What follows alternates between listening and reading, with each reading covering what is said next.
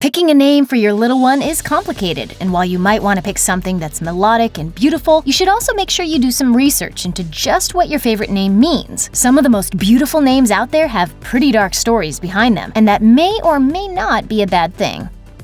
Thana.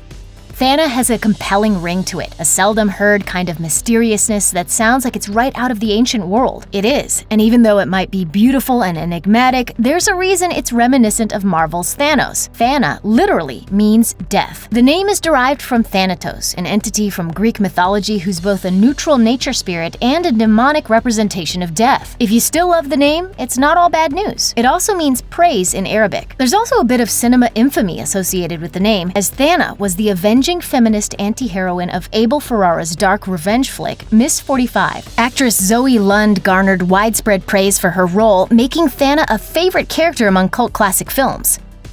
Bram.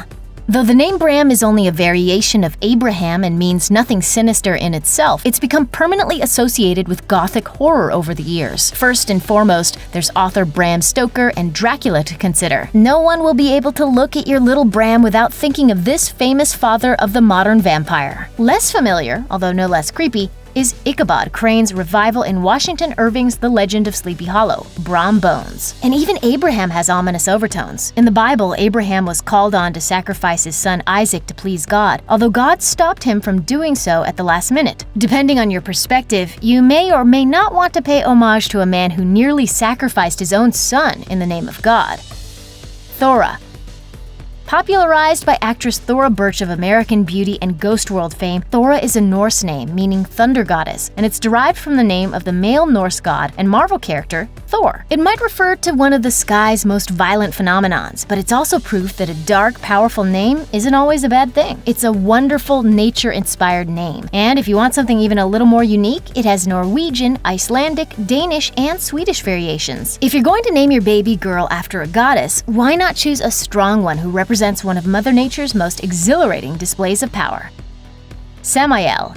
Samael sounds like a really cool name, but any parent thinking about giving this name to their bouncing bundle of joy should probably be aware that it actually means demon. Samael serves different roles in different religions, but the name is associated with fallen angels, a demonic creature, and is sometimes said to be the true name of Satan. That's a lot of baggage, but most people probably aren't going to know any of this and might just think the name is a version of Samuel. Does the coolness of the name outweigh the history? That's something only a parent can decide.